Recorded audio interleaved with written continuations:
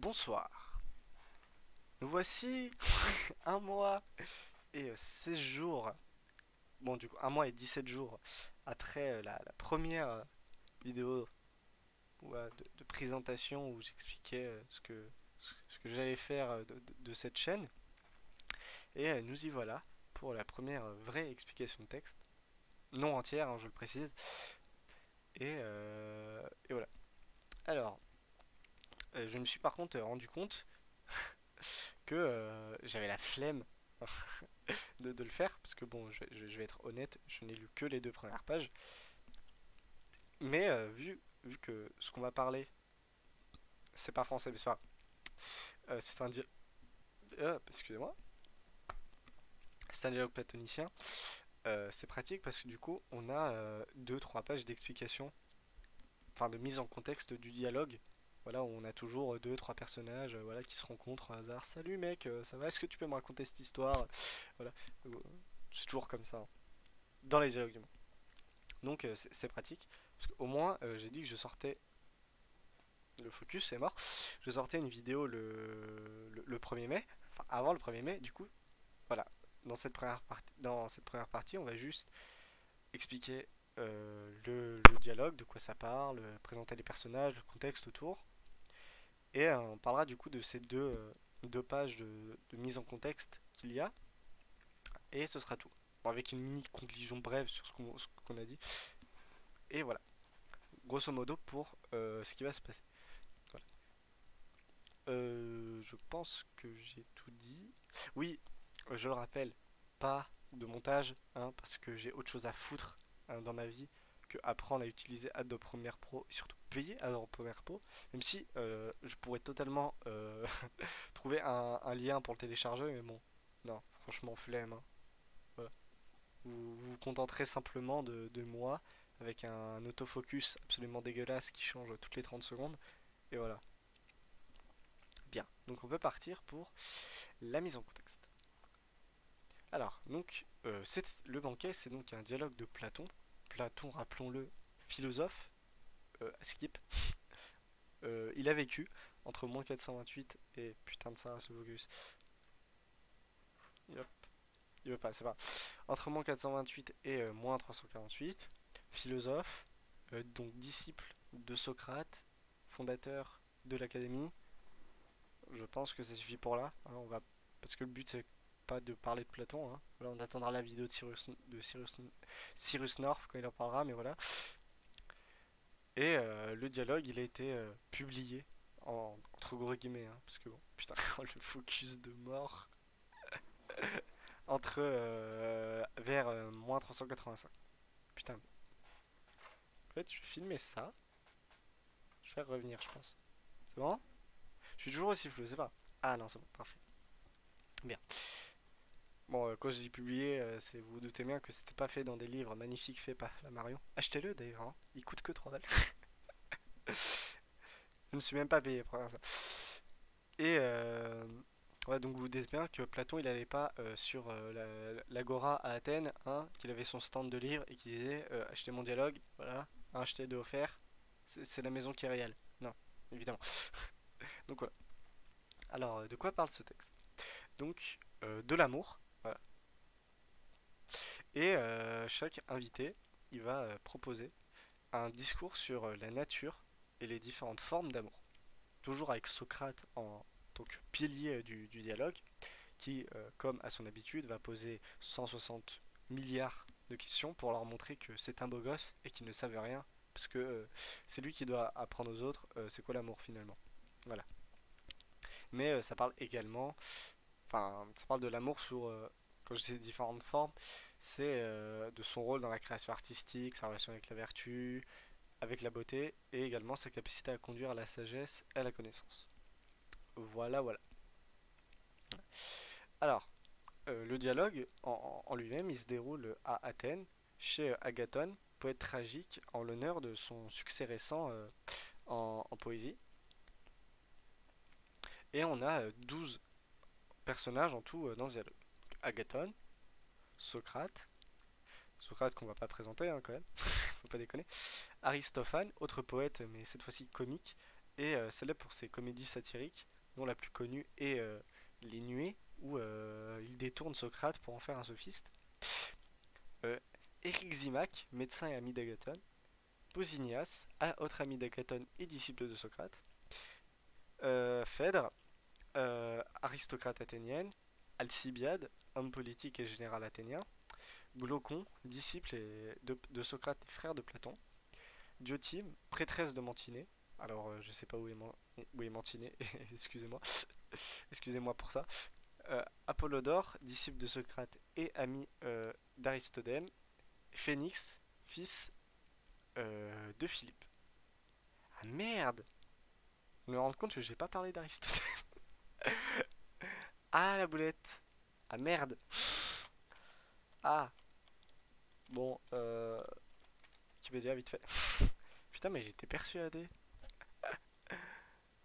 Oui, c'est un disciple de Socrate. Euh, ou alors je crois que je l'ai marqué et j'ai oublié de le dire. Bref, voilà. Et Phénix, fils de Philippe et ami d'Alcibiade. Voilà pour les personnages. Nous allons donc à présent passer à la lecture. Et parce que oui, je lis et après j'explique. Mais et en plus là c'est plus facile parce que bon, vous allez peut-être pas le voir, par si le focus se fait. Voilà le ça là, c'est les indications dont on se sert généralement pour citer les textes de Platon. Et du coup, voilà, moi je lirai donc la partie en entière. Donc là, par exemple, là il y a le 172A, je vais lire. Après, je vais expliquer 172B, lire, expliquer. Voilà. Voilà à peu près comment ça va se passer. Bien. Commençons la lecture. Apollodore. J'estime n'être pas trop mal préparé à vous raconter ce que vous avez envie de savoir. L'autre jour, en effet, je venais de Phalère, qui est mon DM, je montais vers la ville. Alors un homme que je connaissais et qui marchait derrière moi m'aperçut. Se mit à m'appeler de loin, sur le ton de la plaisanterie. Glaucon. Hé, l'homme de Phalère, toi, Apollodore, tu ne veux pas m'attendre? Apollodore. Et moi de l'arrêter pour l'attendre et de lui reprendre. Donc, Apollodore rencontre notre cher ami Glaucon, alors qu'il venait de Phalère, le dème de sa naissance. Et pour faire simple, bon, d'abord la définition Wikipédia.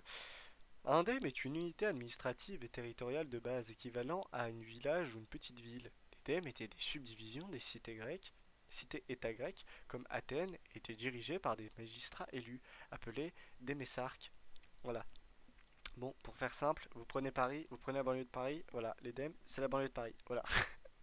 Comment résumer ça de façon extrêmement simple? Voilà. Les magistrats, les fameux démesarques, hein, qui seraient équivalents aux maires. Voilà. Ouais, c'est pas très compliqué hein, finalement. Voilà. Et donc, alors que Apollodore se dirigeait vers Athènes, il rencontre Glaucon. Voilà. 172b. Glaucon. Apollodore, dit-il. Justement, je cherchais à te rencontrer, pour connaître tous les détails concernant l'événement qui réunit Agathon, Socrate, Alcibiade, les autres avec qui eux prirent alors part au banquet. Et quel discours ils tinrent sur le thème de l'amour. Quelqu'un d'autre, en effet, m'en a fait un récit, qu'il tenait de Phénix, fils de Philippe. Il m'a dit que toi aussi tu étais au courant. Mais lui, malheureusement, il ne pouvait rien dire de précis. Fais-moi donc ce récit, car nul n'est plus autorisé que toi pour apporter les propos de ton ami. Mais, reprit-il, dis-moi d'abord si tu as pris part à la réunion ou non. Donc, Glaucon veut en savoir plus sur un banquet qui a eu lieu il y a quelques années de cela, où Apollodore, selon lui, y aurait pris part, et il tient ces informations d'un type. Voilà, c'est ça, si je ne dis pas de bêtises, parce que des fois je me trompe dans mes notes. Hein. Tac, tac, tac, tac. Voilà. Voilà, une certaine personne lui fait un récit de ce banquet, et cette certaine personne tient lui-même ce qu'il dit de Phénix, fils de Philippe. Voilà. C'est la... une chaîne finalement. Voilà. Sauf que bah ce mec il pouvait rien lui dire de complètement concret, ce qui fait que que Glaucon actuellement il sait quasiment rien. Et donc il veut savoir si donc Apollodore il a participé ou non à ça. Bien. 172. Apollodore. On va bien, repartis-je, qu'il ne t'a vraiment rien raconté de précis, celui qui t'a fait ce récit. Si tu estimes que la réunion dont je suis ta forme est assez rapprochée dans le temps pour que je puisse y avoir pris part. Glaucon, je pensais bien que c'était le cas. Donc Apollodore lui dit qu'effectivement, il ne connaît quasiment rien du banquet, et que même lui, il aurait peut-être pas pris part. Ouais, bon, Apollodore, il est quand même jeune à cette époque, hein. Il a qu'une vingtaine d'années, si je dis pas de bêtises. Donc bon, voilà. Donc, voilà, Glaucon, en fait, il supposait que l'événement était relativement récent, hein. Donc que Apollodore y avait participé. Bien. 173a. Apollodore. Comment, repris-je, peux-tu dire cela, Glaucon? Tu ne sais pas que depuis quelques années, Agathon ne réside plus ici, alors que cela ne fait pas encore 3 ans que je fréquente Socrate et que je m'emploie chaque jour à savoir ce qu'il dit et ce qu'il fait.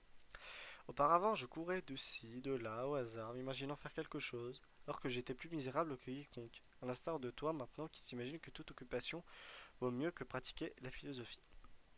Glaucon. Ne te moque pas, reprit-il, mais dis-moi quand eut lieu cette réunion. Apollodore. Nous étions encore des enfants, répondis-je. Cela se passa quand Agathon remporta le prix de sa première tragédie, le lendemain du jour où, en compagnie de ses coreutes, il offrit un sacrifice en l'honneur de sa victoire.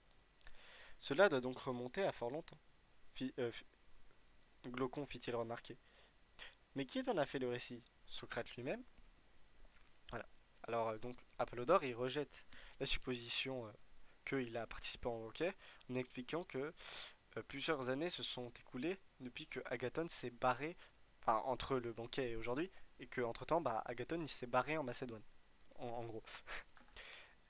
Et qu'aujourd'hui, et que ça fait que 3 ans que lui-même est élève de Soso, on appellera Socrate Soso à mes envies, seulement depuis 3 ans. Et donc, voilà, il dit que voilà, il apprend aux côtés de Socrate, tout ça, que c'est magnifique, et que, et que Glaucon, lui, finalement, c'est devenu un tocard, parce que au lieu de philosopher, on le rappelle, philosopher, ça permet d'atteindre le bonheur en Grèce antique. Voilà. Le roi philosophe, tout ça, on y reviendra quand on parlera de la République. Mais voilà, philosopher, c'est vraiment le truc que les, qui permet d'atteindre le bonheur selon les Grecs avant. Et Glaucon, lui, bah, voilà, il fait autre chose plutôt que philosopher. Et donc apprendre et donc être heureux. Voilà, c'est ce que ça sous-entendait. Alors, donc Glaucon, suite à cela, il fait la victime un peu, hein. Voilà, il lui dit que c'est pas, faut pas être méchant, hein. Faut être gentil. Ouais, qu'il faut pas se moquer des autres. Le pauvre. Donc il lui redemande quand a eu lieu le banquet. Donc Apollodore lui explique que ça s'est passé quand il était jeune. Alors, la jeunesse en Grèce antique, donc plutôt la phase d'éducation, hein, la paideia, c'est, voilà, vous aviez, alors, je crois que c'est entre 7 et, je sais plus si c'est 7 ou vers 10-11 ans, où en gros, vos parents, ils vous dégageaient. Bon, pas comme ça évidemment, mais vous aviez un, un mentor qui vous apprenait la vie en fait. Voilà, il apprenait à vous battre, ce genre de choses en fait. Voilà, en gros, ce mec il se chargeait de vous. En fait, c'était un peu un parent de substitution dans, dans les faits. Et le flou ne peut pas partir, c'est horrible, grosso modo. Bien. Et donc, le banquet s'est déroulé. Alors, en gros, Agathon, le jour même où il a remporté son prix, il a fait une soirée où il a invité des choreutes, donc des mecs qui chantent, et il a sacrifié des animaux. Voilà. Et le lendemain de cette soirée, on a le banquet. Voilà. C'est juste pour bien situer les événements. Voilà. Et donc Glaucon, il lui dit ouais, mais c'était à longtemps du coup. Voilà. Et donc il lui redemande qui lui a fait ce récit. Voilà. Je continue 173b. Et surtout je termine. Apollodore. Non, par Zeus, dis-je. Mais celui qui l'a raconté à Phénix, c'était un certain Aristodème, du dème de Kitadénéon, un homme petit qui allait toujours pieds nus. Il était présent à la réunion car parmi ceux d'alors, c'était l'amant le plus fervent de Socrate, me semble-t-il.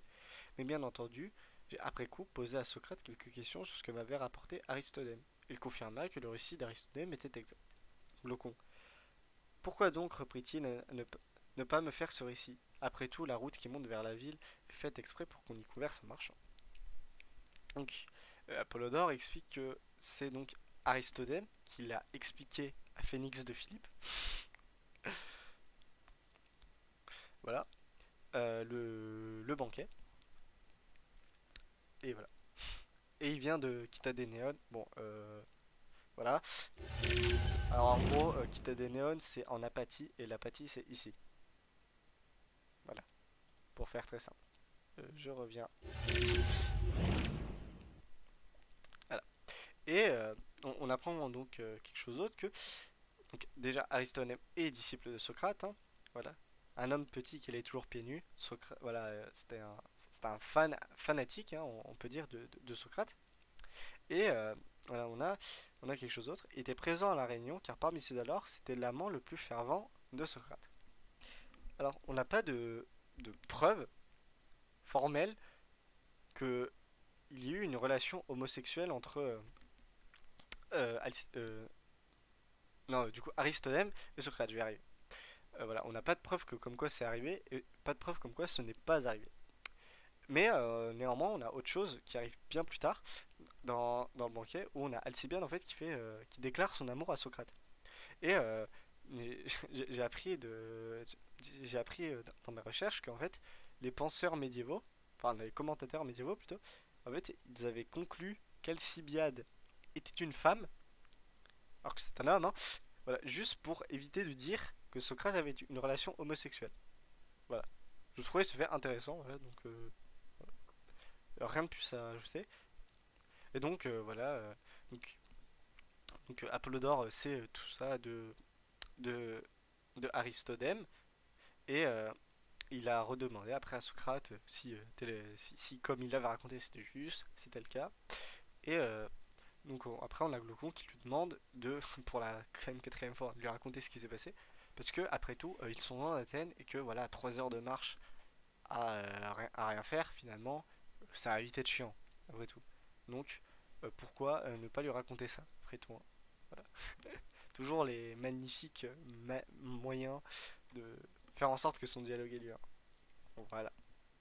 Alors si on doit résumer de manière très brève cette introduction au banquet, Glaucon rencontre par le plus grand des hasards Aristodème et décide de le faire chier en lui demandant de lui raconter un événement qui a eu lieu il y a entre 10 et 20 ans. Voilà. Bon, pour faire plus pro, hein, entre guillemets. Ce passage illustre la façon dont Platon utilise les personnages pour transmettre des histoires et des idées, tout en soulignant l'importance de la transmission orale et des connaissances dans la Grèce antique.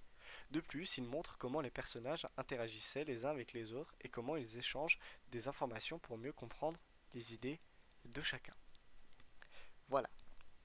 Bien. Donc, nous en avons fini pour cette première vidéo. J'ai quand même, ça va quand même tenir 20 minutes, donc ça va, c'est pas trop long. Pire, vous mettez en x2, hein, voilà, ça appuie. Donc, voilà. Voilà comment va se dérouler. Enfin, comment. Je sais pas ce que je voulais dire, donc je finirai pas cette fois. Voilà, donc la prochaine fois, on s'attaquera à. Je sais pas si je ferai tout, hein. Je pense que je découperai en 3 à mon avis. Ah, parce que bon, il reste tout ça, hein. Voilà. Il y a une centaine de pages à peu près. Ça m'étonnerait que j'y fasse en une fois parce que rien que 100 pages à lire, ça prend en moyenne en 40-45 minutes, hein, pour quelqu'un de normal. Et surtout que là, c'est de la philo, donc c'est même pas un livre, enfin, c'est même pas un roman. Donc, ouais, je pense que je diviserai en 3. Et puis voilà. Bon, me demandez pas quand sort la partie 2 parce que mais moi je n'ai pas la réponse, hein. Faut que je bosse sur le truc. Donc voilà, ça viendra quand ça viendra. En vrai, l'idéal ce serait d'ici 2 semaines quoi. D'ici, voilà, mi-mai, franchement, ce serait parfait. Je peux pas vous dire si ce sera le cas. Voilà, mais on va essayer. Au pire, là, je pense que vraiment, je vais vraiment faire le truc en entier. Et après, je verrai comment, enfin, si je découpe et si je le fais, comment. Bien, donc, en tout cas, merci à vous. Voilà, n'hésitez pas à faire vos retours, mais uniquement sur l'explication. Voilà, vous n'avez rien à dire sur la forme utilisé et sur la non-présence de tout le reste. Voilà. Vous pouvez d'ailleurs commenter mon physique, hein. Après tout, voilà. En fait, vous avez le droit de faire ça. Voilà. Vous pouvez commenter mon physique, le décor, à quel point c'est dégueulasse. Voilà. Et l'explication. Voilà. Le reste, vous n'avez le droit. Vous n'avez pas le droit. Parce que y a rien qui va changer, quoi. Ce sera toujours ma gueule, moi qui lis le texte, une explication. Donc bon, ça vous pouvez être sûr que ce sera tout le temps là. Voilà. En fait, c'est comme si je faisais des dessins sur Paint et que j'en faisais une BD finalement. Faut vraiment que ça sorte un jour. Bien, donc merci à vous si vous m'avez regardé, ouais, même si je pense qu'il y aura vraiment 3 vues sur la vidéo. Merci papa. Enfin voilà, donc à bientôt. Voilà. Et puis c'est tout. Voilà.